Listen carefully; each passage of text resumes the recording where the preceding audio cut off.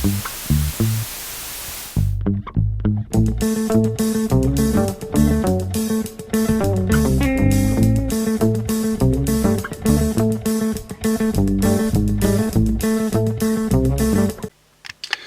fermiers, amis fermières, bonjour, bienvenue à la ferme, bienvenue sur Cocotte TV. Aujourd'hui je vous présente un casque, vous l'avez sous les yeux, il nous provient d'Ozone. Ozone, on les connaît. Une marque qui met plutôt en avant un bon rapport qualité-prix, qui met en général aussi en avant la volonté de faire du matériel efficace, pas trop tourné vers les sbroufs, donc c'est plutôt sympa. Ils nous reviennent aujourd'hui avec le Rage Z90. Alors le Rage on le connaît, on l'a testé sous à peu près toutes ses formes, le ST et puis un autre Rage dont j'ai oublié l'appellation, vous m'en excuserez. Ici le Z90 revient, un peu plus gros que le vrai Rage, tout simplement parce que jusqu'à présent Ozone travaillait beaucoup avec de l'émulation sur ce qu'était la spatialisation 5.1, et bien aujourd'hui le Z90 propose tout simplement 4 HP par oreille, donc Ozone propose en fait son premier casque véritablement spatialisé en 5.1, alors 5.1 c'est un peu beaucoup, mais en tout cas en 4.0 de chaque côté, donc on quitte le monde de l'émulation pour quelque chose d'un peu plus physique, c'est assez sympathique, reste à voir ce que ça va donner en test.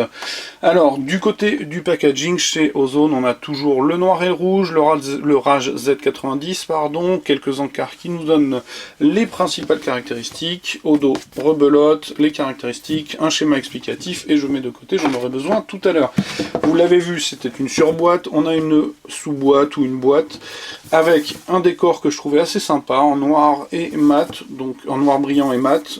Voilà, je voulais juste vous le présenter, je trouve ça mange pas de pain, mais c'est plutôt sympa. Le casque en lui-même, vous l'avez sous les yeux. Du côté du bundle, on a un guide de l'utilisateur très succinct, on a un support pour la télécommande, je vais vous en reparler après parce qu'il est bien conçu, et on a une perche de micro détachable qui est à l'heure actuelle connectée au casque, lui-même connecté à la machine pour vous montrer qu'il y a quelques diodes dessus. Alors, du côté du casque, on a du soft touch à tous les étages, en tout cas du plastique gomme, alors de bonne qualité, on a aussi du métal, notamment ici, vous voyez, si vous regardez, je ne sais pas si vous le verrez à la caméra, il y a deux petites marques ici. Ce n'est pas un problème de finition, c'est un problème de dents, j'étais pas certain qu'il s'agissait du métal, donc je suis allé mordre, et j'ai malheureusement marqué le métal moi-même tout seul. Donc la finition est bonne, alors étonnamment, j'avais pas fait attention en sortant de sa boîte, pardon, je cherchais le terme.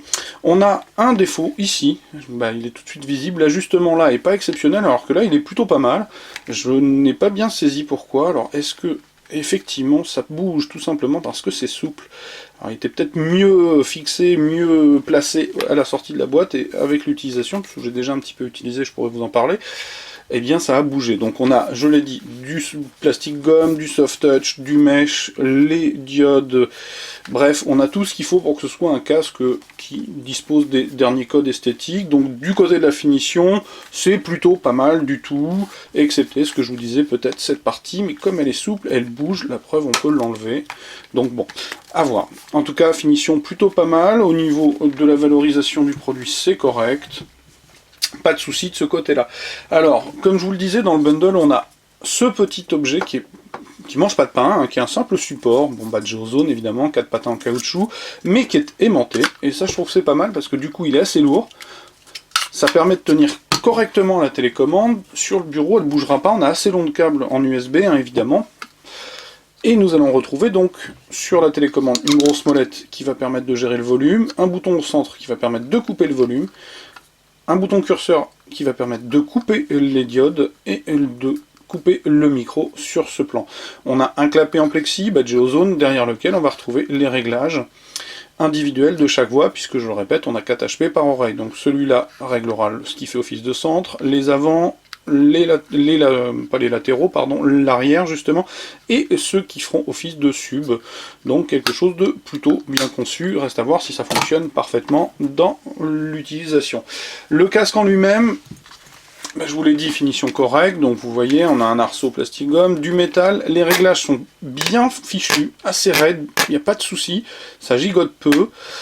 On a du mesh, je vous l'ai dit, donc vous voyez, Ozone éclairé, les stries qui sont caractéristiques des modèles Rage. Donc en fait on a un modèle Rage tout simplement qui est un peu plus gros que le Rage d'origine parce qu'il fallait bien placer tous les HP. Ici on va retrouver la perche de micro détachable avec une diode et un petit bout translucide de façon à visualiser le fonctionnement ou pas. Le câble est caoutchouté, rejoint la télécommande. Les ouvertures sont assez larges, on a une toile assez épaisse acoustique au fond. Le Sky est de très bonne qualité, il est assez épais, il est bien rigide, il est agréable au toucher. Alors la petite feinte, c'est que Ozone l'appelle l'éco laser, donc du cuir écologique, en gros du Sky quoi, ni plus ni moins. Alors là j'avais commencé à retirer pour vous montrer dessous. Donc on va retrouver 3 HP visiblement placés et un quatrième qui doit être bien caché. Alors normalement on en a 4, donc je ne vois pas pourquoi on n'en aurait pas. Voilà. C'est ici qu'on voit que finalement le traitement s'arrête sur ce qui est, non pas caché, mais justement sur ce qui est visible. Alors je vais galérer à la remettre, donc je vais pas la remettre super bien, voilà, je vais poser ça comme ça. Donc du côté des caractéristiques techniques, je vous l'ai dit, on a 4 HP par oreille. Le casque couvre au total un spectre qui court de 10 Hz à 20 000 Hz.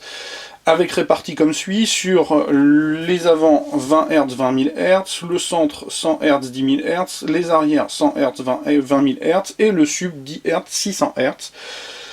Avec une impédance globale de 32 ohms sur chaque HP, des sensibilités un petit peu différentes qui s'étalent de 110 à 100 dB. Des dimensions notamment pour les avants de 40 mm, le centre 30 mm, les arrières 30 mm et le sub 30 mm. Et je pense que j'ai à peu près fait le tour. Alors comme j'ai enlevé le petit pavé, je vais rapidement parler du confort. On a quelque chose d'assez lourd, 392 grammes de tête si je ne m'abuse.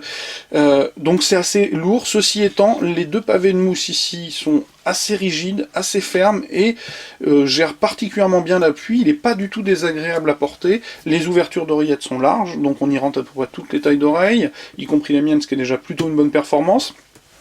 Reste que le clamping est un petit peu insuffisant.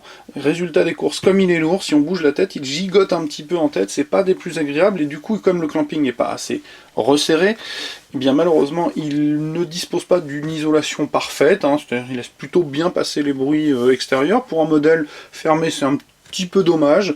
Ceci étant, la qualité de son, eh bien, je vais pas être particulièrement loquace dessus, parce que si ça fait quelques jours que je l'ai sorti de la boîte, je l'ai pas particulièrement bien utilisé. On a plutôt quelque chose d'agréable, je vais pas dire performant mais d'agréable. Jusqu'à présent, en film, j'ai pas réussi à obtenir un réglage indépendant sur chaque voix. Il va falloir que je regarde pourquoi, d'ailleurs, j'étais un petit peu étonné. Donc il va falloir que je travaille le problème, parce que, a priori, je l'ai pourtant bien activé en 5.1, et j'avais pas spécialement de fonctionnement sur les autres HP, j'avais que... Je regarde, parce que de tête ça va me revenir, que les avants qui fonctionnaient. Donc je pense que ça c'est plus un problème logiciel qu'autre chose. Il faut que je me penche dessus. En tout état de cause, en tout cas on a un Rage qui méritera certainement peut-être le détour, ça reste à voir. C'est pour ça que je vous inviterai à venir lire la conclusion du test qui paraîtra très prochainement sur cocoteland.com. Comme d'habitude, je vais vous souhaiter une excellente journée. Je ne vous ai pas donné le prix et je m'en excuse parce que je ne l'ai pas en tête. Je l'ai reçu, mais tout simplement, je n'ai pas le prix. Le prix ne m'a pas été communiqué, puis j'ai pas pensé aujourd'hui à le chercher pour la vidéo. J'en suis bien désolé. Donc, je vous invite, une bonne raison de venir lire le test, comme ça vous aurez toutes les informations manquantes. Je vous invite à revenir, bien évidemment. Je vous dis au revoir et comme d'habitude, je vous souhaite une excellente journée.